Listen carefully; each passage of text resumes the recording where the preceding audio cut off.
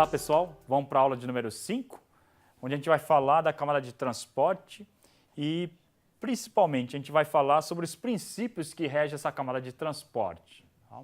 Como eu tinha falado para vocês, inicialmente a gente vai falar sobre os conceitos de cada camada, né? Então seja a camada de aplicação, camada de transporte, e depois a gente vai falar sobre uma implementação de cada uma das camadas, a saber, a camada de transporte, no mundo aí da internet. Então, primeiro seria o conceito, depois a implementação desse conceito, né?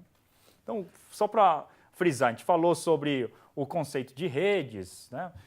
Abordamos a arquitetura de rede, o que seria a arquitetura de rede, que seria a arquitetura das 7 camadas que a gente abordou, assim como a arquitetura de aplicações, que envolve a arquitetura cliente-servidor, assim como a arquitetura P2P, que a gente viu com um exemplo aí de aplicação P2P do BitTorrent, né? Assim como a aplicação aí dos Instant Messengers, como o Skype, que é um exemplo de aplicação P2P. Tá?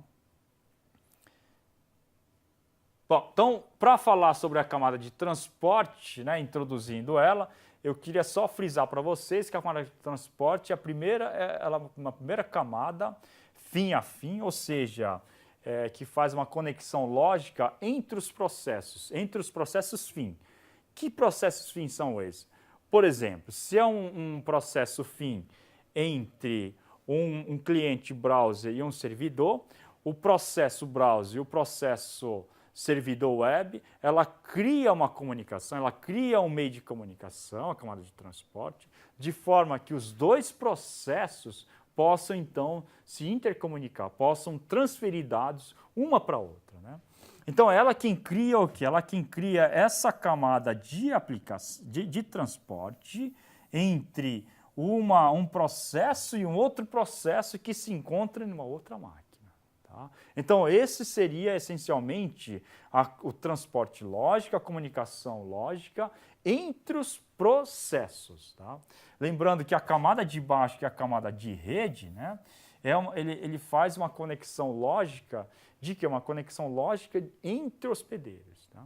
Vamos voltar um pouco para aquele exemplo que a gente falou sobre um condomínio. Um condomínio vertical, um condomínio de apartamentos num prédio. Se eu chego no condomínio, o endereço do condomínio, o endereço do prédio, é o endereço que é o endereço da camada de rede. Tá? No momento em que eu chego nesse endereço do prédio, eu preciso agora do endereço do apartamento, o número do apartamento. Isso é realizado através do quê? Isso é realizado através do processo. Tá? Comunicação lógica entre processos. Tá? Então, a camada de transporte, ela é uma camada que provê o quê?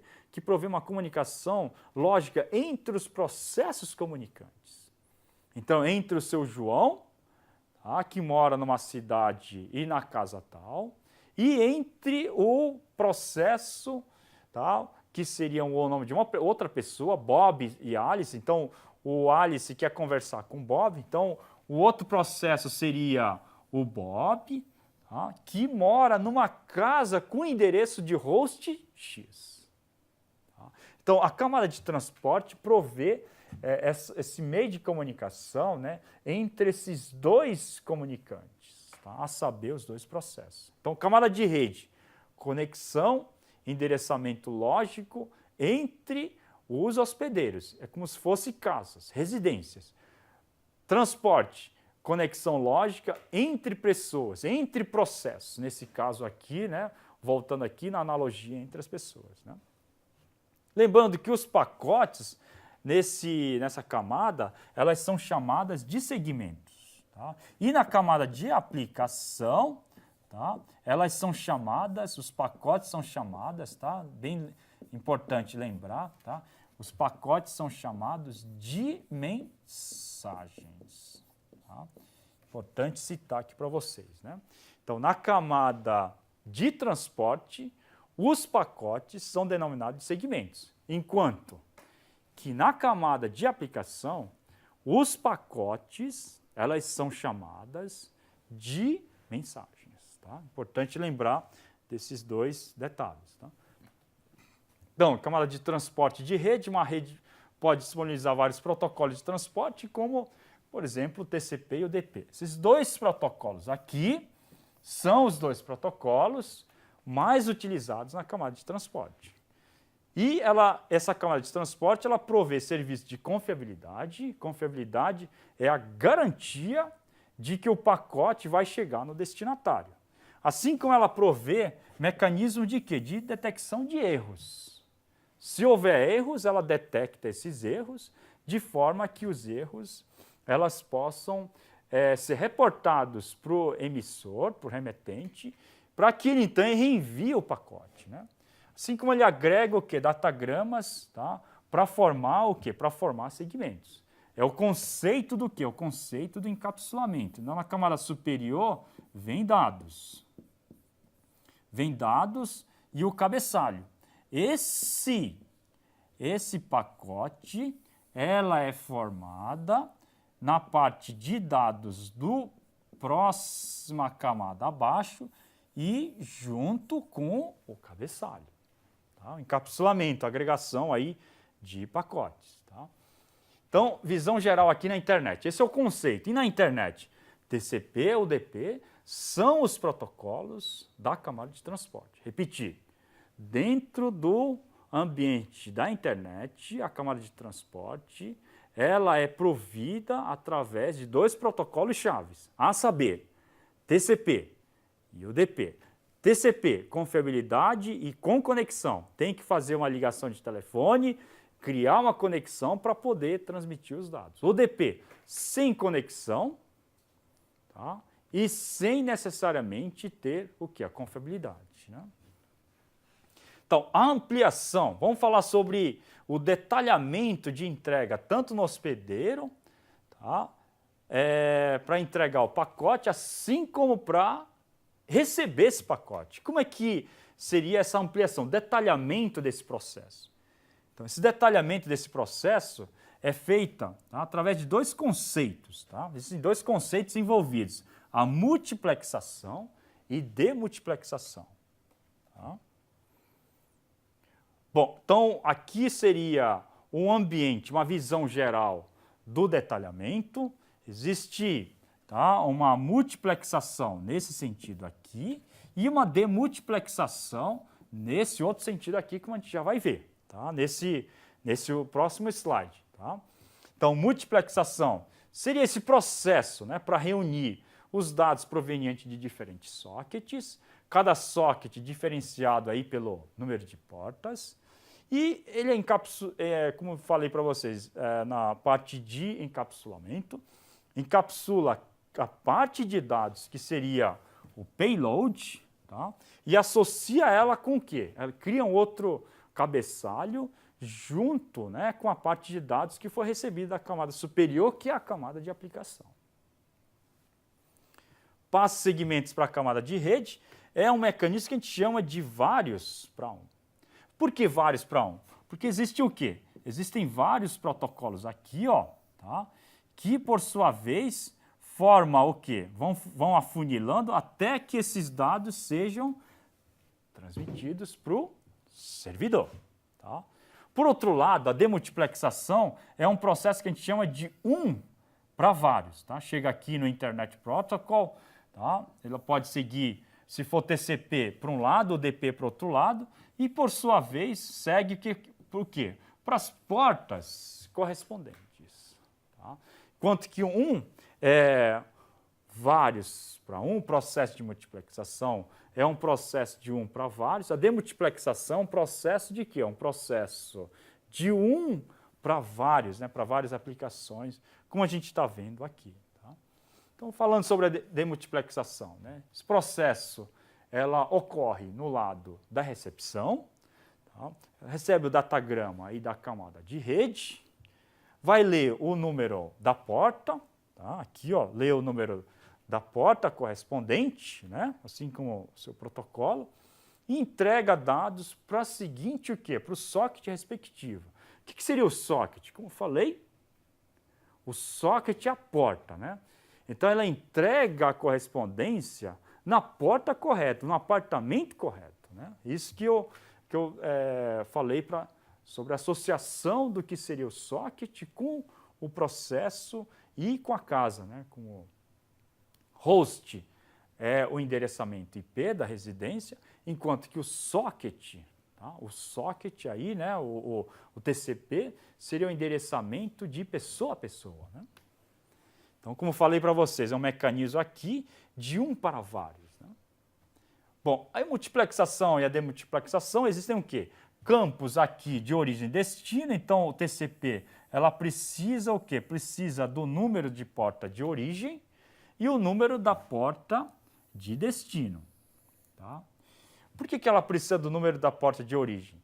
Ela precisa informar o número da porta de origem porque essa informação precisa ser passada para o receptor para que o receptor possa enviar a mensagem para a porta correta de origem.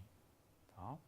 Por isso ela precisa informar a porta de origem, número da porta de origem, para que o receptor, no momento em que ele receber, ele possa devolver a mensagem de que recebeu corretamente a mensagem. Para que porta ela vai enviar?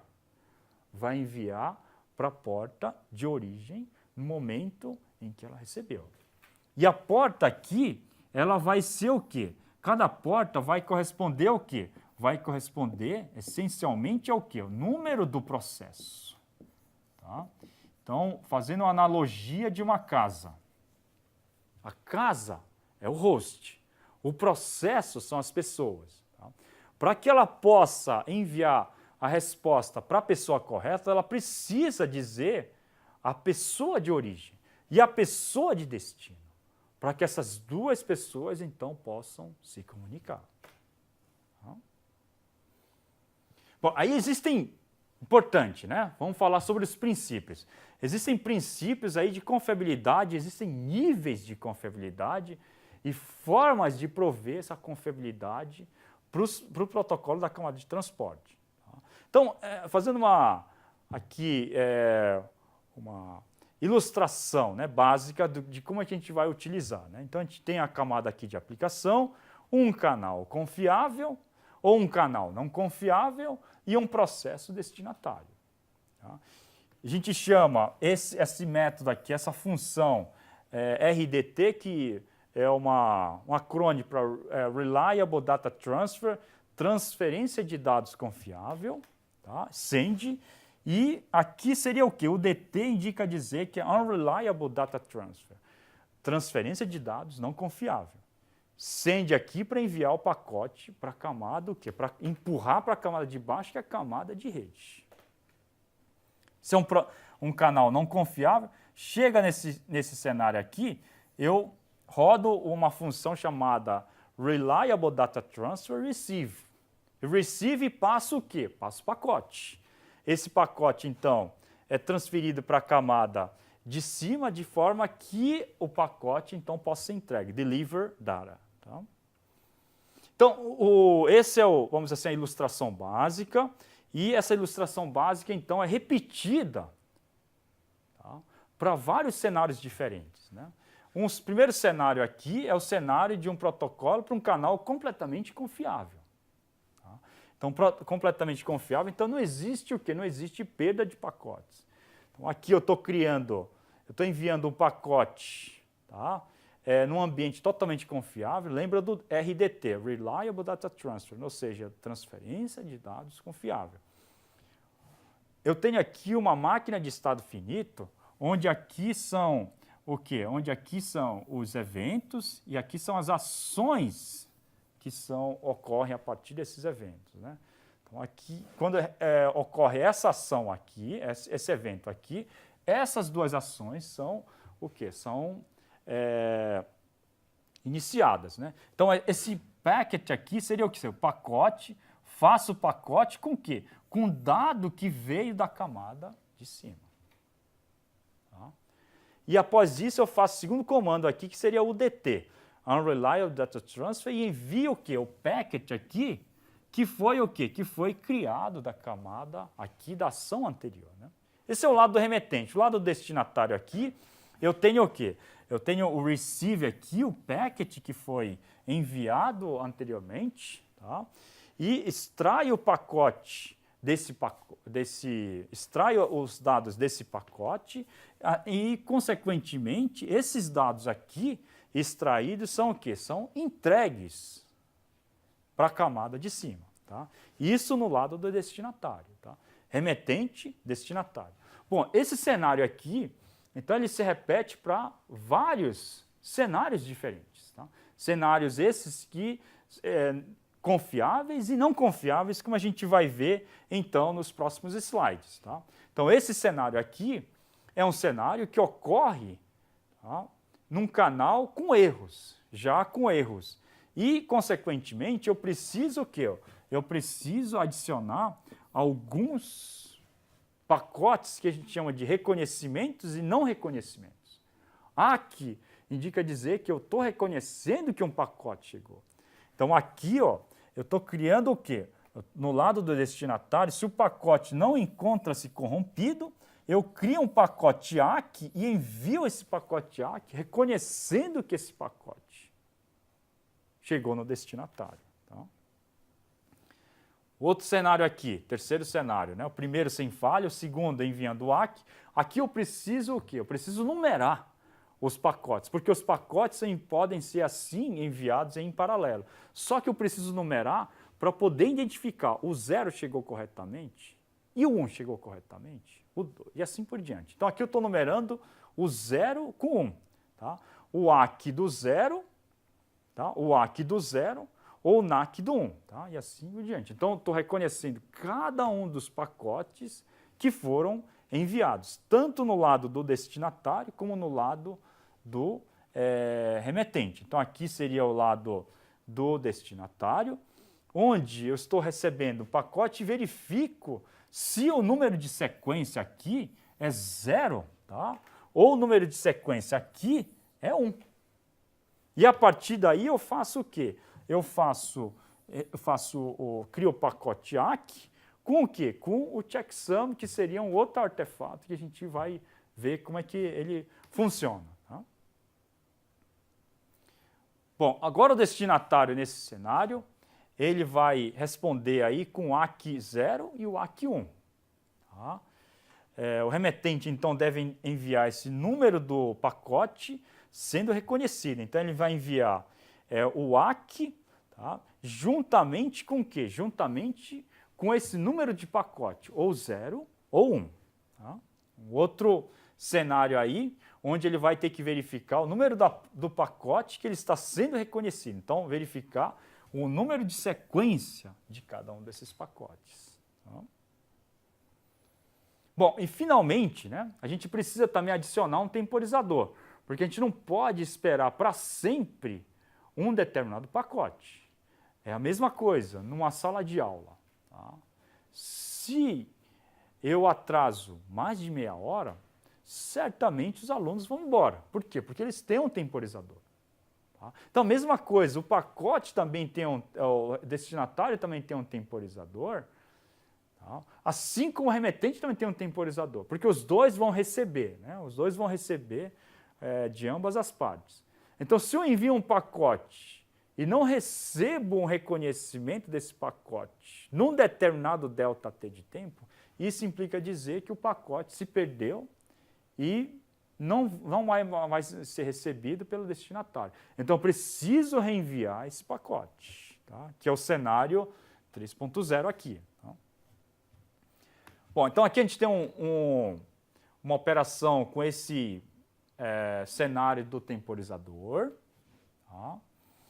E aqui a gente tem uma operação aqui sem perda. Então, eu envio o pacote, ela é recebida com sucesso, o pacote 0. Sendo assim, eu envio o pacote 1, recebe o reconhecimento do 1, envio então o 0, envio um 1 aqui, tá? O reconhecimento do 0. Tá?